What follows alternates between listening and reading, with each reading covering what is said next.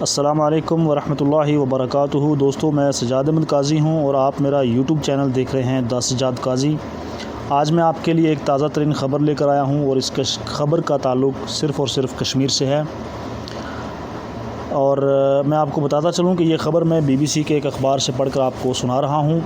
امید کرتا ہوں کہ آپ اس کو سنیں گے، شیئر کریں گے اور دوستوں تک پہنچائیں گے۔ طالبان کے ایک ترجمان نے BBC کو بتایا ہے کہ طالبان انڈیا کے زیر انتظام کشمیر کے مسلمانوں کے حق میں آواز بلند کرنے کا حق رکھتے ہیں۔ BBC کے ساتھ ایک زوم انٹرویو میں طالبان کے ترجمان سہیل شاہین نے امریکہ کے ساتھ ہونے والے دوحہ معاہدے کی شرائط کو یاد کرواتے ہوئے کہا کہ ان کی کسی بھی ملک کے خلاف مسلح آپریشن کرنے کی کوئی پالیسی نہیں ہے۔ دوحہ سے بات کرتے ہوئے سہیل شاہین نے کہا کہ مسلمان ہونے کے ناطے یہ ان کا حق ہے کہ کشمیر، انڈیا اور کسی بھی دوسرے ملک میں بسنے والے مسلمانوں کے لیے آواز اٹھائیں۔ ان کے مطابق ہم اپنی آواز بلند کریں گے اور یہ کہیں گے کہ مسلمان آپ کے اپنے لوگ ہیں، آپ کے اپنے شہری ہیں، آپ کے قانون کے تحت وہ برابری کے حقوق کے مستحق ہیں۔ انڈیا پر دنیا کی نظریں مرکوز ہیں۔ ناقدین کا کہنا ہے کہ انڈیا میں سن 2014 سے وزیر اعظم نریندر مودی کے دور حکومت میں مسلمانوں کے خلاف نفرت پر مبنی جرائم میں اضافہ دیکھنے میں آیا ہے۔ تاہم BJP اور اس کی اتحادی جماعتیں اس الزام کی تردید کرتی ہیں۔ 3 پڑوسی ممالک سے غیر قانونی طور پر آئے ہوئے غیر مسلم پناہ گزین کو شہریت دینے کے متنازع قانون کو بھی مسلمانوں کو ہدف بنانے کے طور پر دکھایا گیا ہے۔ انڈیا کی طرف سے اس کے زیر انتظام کشمیر کی خصوصی حیثیت کو ختم کرنے اور اس فیصلے کے اطلاق کے طریقہ کار پر کئی شہریوں کو غصہ ہے۔ جموں اور کشمیر کئی دہائیوں سے انڈیا اور پاکستان کے درمیان تنازع کا باعث بنا ہوا ہے۔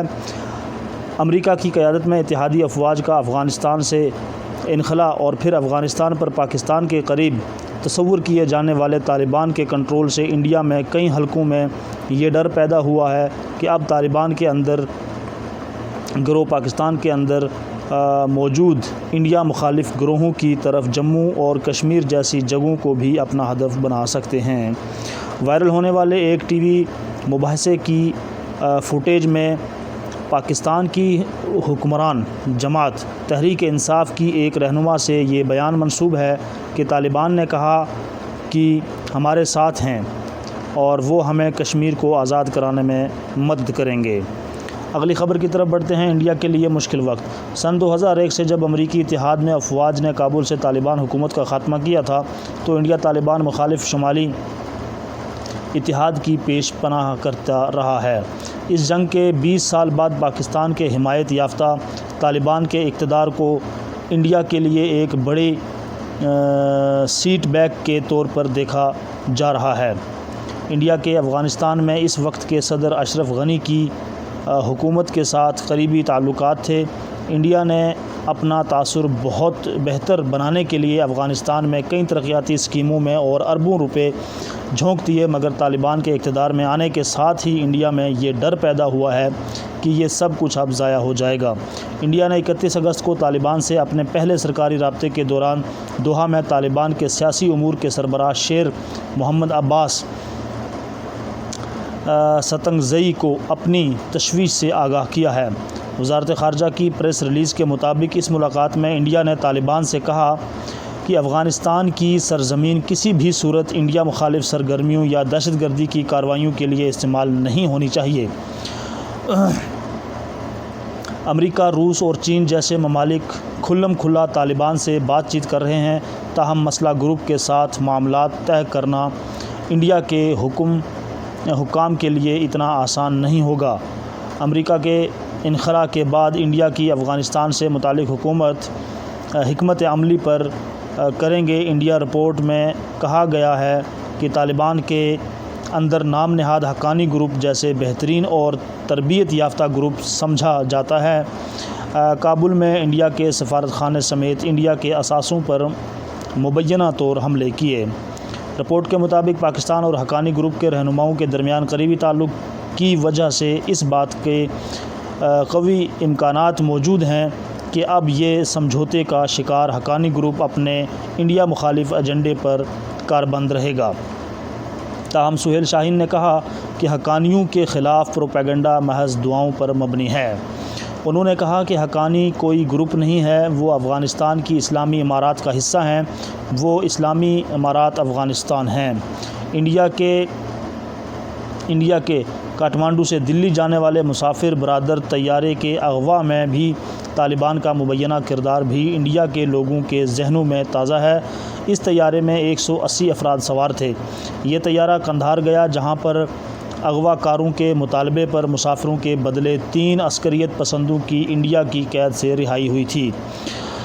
کارگنی انڈیا رپورٹ کے مطابق سن 1999 میں انڈیا کے طیارے کے اغوا کے بعد یہ طالبان کا ہی گروپ تھا جنہوں نے پاکستان تک ان رہا ہونے والے دہشت گردوں کو محفوظ طریقے سے پہنچایا۔ سہیل شاہین کا دعویٰ ہے کہ طالبان نے طیارے کو اغوا میں کوئی کردار ادا نہیں کیا اور اس حوالے سے جو مدد فراہم کی اس پر انڈیا کی حکومت کو ان کا شکر گزار ہونا چاہیے۔ سہیل شاہین کے مطابق انڈیا نے ہمیں درخواست کی کہ طیارے میں فیل کم رہ گیا ہے اور اس کے بعد پھر ہم نے مخصوص مسافروں کی رہائی کے لیے مدد فراہم کی۔ متعلق سہیل شاہین نے طالبان مخالف پروپیگنڈے کا الزام انڈیا کے میڈیا پر عائد کیا۔ طالبان نے معاملات کو مثبت انداز میں حل کرنے کی یقین دہانی کرائی۔ انڈین وزارت خارجہ طالبان کے ترجمان نے ان حالات سے بے خبری ظاہر کی ہے جن کے تحت انڈیا کے فوٹو جرنلسٹ دانش صدیقی کا قتل ہوا۔ سہیل شاہین نے کہا کہ یہ لڑائی تھی، دونوں اطراف سے فائرنگ ہو رہی تھی، ہمیں نہیں معلوم کہ کس کی گولی سے دانش صدیقی مارا گیا۔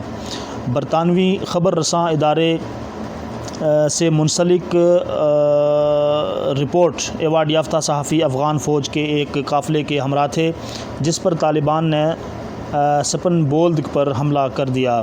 دانش صدیقی کی موت کے چند دن بعد بی بی سی سے بات کرتے ہوئے ایک مقامی فرد نے بتایا تھا کہ اس نے دانش صدیقی کی لاش کے گرد طالبان کے عسکریت پسندوں کو دیکھا تھا جن کا کہنا تھا کہ انہوں نے انڈیا کے ایک جاسوس کو پکڑ کر مار دیا ہے۔ اس شہری کے مطابق وہ عسکریت پسند ابھی بھی یہی کہتے ہیں۔ سہیل شاہین نے اس امکان کو رد کرتے ہوئے کہا کہ لوگ گپ شپ کے لیے کوئی بھی بات کر دیتے ہیں۔ انہوں نے کہا کہ وہ دانش صدیقی کی موت سے متعلق میڈیا کے ساتھ مکمل تحقیقی رپورٹ شیئر کریں گے۔ سہیل شاہین نے پنجشیر وادی میں صورتحال کو پریشان کن قرار دیا جہاں افغانستان کے سابق نائب صدر امراللہ صالح کی قیادت میں طالبان مخالف گروہ نے طالبان کا مقابلہ کرنے کا عزم کیا ہوا ہے۔ میڈیا پر چلنے والی خبروں کو بے بنیاد قرار دیتے ہوئے انہوں نے اس کی تردید کی کہ طالبان کے لوگ گھر گھر جا کر اپنے مخالفین کا پتہ کر رہے ہیں اور ان کے خاندان والوں کی دھمکیاں دیتے ہیں۔ انہوں نے دعویٰ کیا کہ ایسی کوئی ہٹ لسٹ نہیں ہے۔ دوستو آج کے لیے اتنا ہی، بہت بہت شکریہ۔ مجھے امید ہے کہ آپ ویڈیو کو سنیں گے اور دوستوں تک پہنچائیں گے۔ میرے یوٹیوب چینل کو زیادہ سے زیادہ سبسکرائب کریں۔ اللہ حافظ۔